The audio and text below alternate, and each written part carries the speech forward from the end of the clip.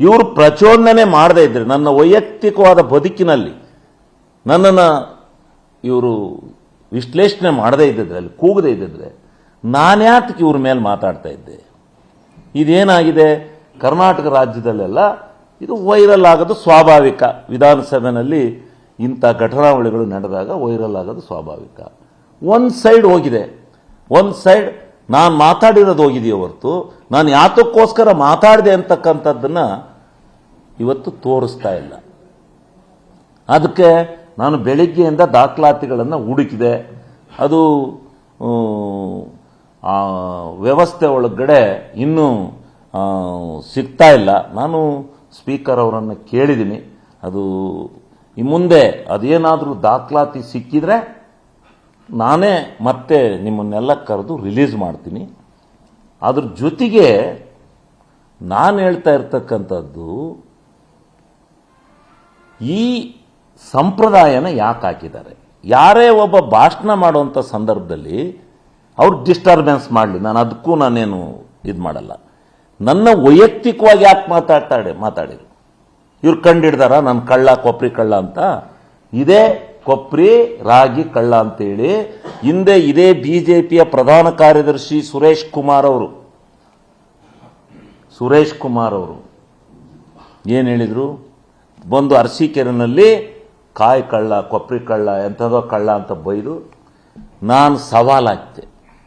ನಾನು 1,000 ಜನಗಳನ್ನು ಕರ್ಕೊಂಡು ಧರ್ಮಸ್ಥಳಕ್ಕೆ ಹೋಗ್ತಾ ಇದ್ದೀನಿ.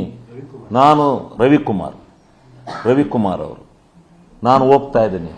ನೀವೆಲ್ಲ ಯಾರಾದರೂ ನಿಮ್ಮ ಪಕ್ಷದವರು ಶಿವಲಿಂಗೇಗೌಡ ನಿಜವಾಗ್ಲೂ ರಾಗಿನ ಕದ್ದಿದ್ದಾನೆ ಇಲ್ಲ ಎಂಥದ್ದೋ ಕದ್ದಿದ್ದಾನೆ ಅನ್ನೋದಿದ್ರೆ ಬಂದು ಧರ್ಮಸ್ಥಳದಲ್ಲಿ ಸತ್ಯ ಮಾಡೋಣ ಬನ್ನಿ ಅಂತ ಸವಾಲಾಗ್ತೆ.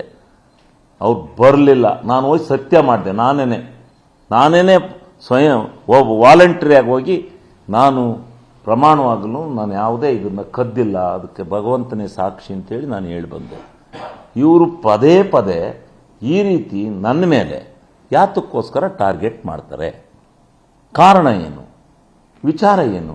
ಏನಕ್ಕೆ ವಿಧಾನಸಭೆಯಲ್ಲಿ ಯಾರೇ ಮಾತಾಡದೇ ಇದ್ದಾಗ ಡಿಸ್ಟರ್ಬೆನ್ಸ್ ಮಾಡದೇ ಇರೋವಂಥವ್ರು ನಾನು ಮಾತಾಡಬೇಕಾದ್ರೆ ಯಾತಕ್ಕೋಸ್ಕರ ಡಿಸ್ಟರ್ಬೆನ್ಸ್ ಮಾಡ್ತಾರೆ? ಇದಕ್ಕೆ ಏನು ಕುಮ್ಮಕ್ಕಿದೆ? ಇದು ನನಗೆ ಬೇಕಾಗಿರ್ತಕ್ಕಂಥ ವಿಚಾರ. ಅದಕ್ಕೋಸ್ಕರ ನೀವು ಮಾಧ್ಯಮದರೇ ನನಗೆ ನ್ಯಾಯ ದೊರಕಿಸ್ಕೊಡ್ಬೇಕು. ಮೊದಲು ಶಿವಲಿಂಗೇಗೌಡನ ಮೇಲೆ ಇಂತಿಂಥ ಅಶ್ಲೀಲವಾದಂಥ ಆಪಾದನೆಗಳನ್ನು, ಕೆಲವು ಕೆಟ್ಟ ಪ್ರವೃತ್ತಿಗಳನ್ನು ಮಾತನಾಡಿದ್ರಿಂದ ಶಿವಲಿಂಗೇಗೌಡರು ಪ್ರವೋಕ್ ಆಗಿ ಕೆಲವು ವಿಚಾರನ ಅವ್ರ ಮೇಲೂ ಪದ ಬಳಕೆ ಮಾಡಿದ್ದಾರೆ. ನಾನು ಹೇಳಿದೆ, ಇನ್ನೇನಂತ ಹೇಳೋಣ ಅವನಿಗೆ? ಯಾಕಪ್ಪ ಹಂಗೆ ಕೋಯ್ತ್ಕೊಂಡು ಕುಣಿತೀರಾ ಅಂದೆ. ಯಾಕಪ್ಪ ಹಂಗೆ ನಾಯಿಗಳು ಬಗಳ್ತೀರಾ ಅಂದೆ. ಇನ್ನೇನಂತ ಹೇಳೋಣ ಅವ್ರಿಗೆ? ಇನ್ಯಾವ ಪದ ಉಪಯೋಗಿಸೋಣ? ಹಂಗೆ ಕುಣಿದ್ರೆ, ಹಂಗೆ ಕುಪ್ಪಳಿ ಯಾರಾದ್ರೂ ವಿಧಾನಸೌಧದಲ್ಲಿ ಧರಣಿ ಮಾಡ್ತಾರೆ, ಮೌನವಾಗಿ ನಿಂತ್ಕೋತಾರೆ. ನಾವು ಹಿಂದೆ ಈ ಜನಾರ್ದನ್ ರೆಡ್ಡಿ ಅವ್ರ ಮೇಲೆ ಹಗಲು ರಾತ್ರಿ ಇಲ್ಲಿ ಮನಗಿದ್ದಾಗ ಎಲ್ಲ ಹಂಗೆ ಕುಣಿದಿದ್ವ? ಅಲ್ಲೂ 2-3 ದಿವಸ ನಡೀತು. ನಡೆದಾಗೆಲ್ಲ ಭಾಳ ಸೈಲೆಂಟಾಗಿ ನಾವು ಧರಣಿ ಒಳಗಿರ್ತಾ ಇದ್ದು. ಅವರು ಭಾಷಣ ಮಾಡ್ಕೊಂಡು ಅವ್ರು ಹೋಗ್ತಾ ಇದ್ರು, ಅವರ ಬಿಸ್ನೆಸ್ ಮಾಡ್ಕೊಂಡು. ನಿರ್ಭೀತ, ನಿಷ್ಪಕ್ಷಪಾತ, ವಿಶ್ವಾಸಾರ್ಹ ಸುದ್ದಿಗಳಿಗೆ ಮತ್ತೊಂದು ಹೆಸರಾಗಿರುವ ನ್ಯೂಸ್ 18 ಕನ್ನಡ ಈಗ ಆಪ್ನಲ್ಲೂ ಲಭ್ಯವಿದೆ. ದಯವಿಟ್ಟು ಇಲ್ಲಿರುವ QR ಕೋಡ್ ಸ್ಕ್ಯಾನ್ ಮಾಡಿಕೊಂಡು ಆಪ್ ಡೌನ್ಲೋಡ್ ಮಾಡೋದಕ್ಕೆ ಮರಿಬೇಡಿ. ನಿಮ್ಮ ಬೆಂಬಲ ಹೀಗೆ ಸದಾ ನಮ್ಮೊಂದಿಗಿರಲಿ. ಧನ್ಯವಾದ.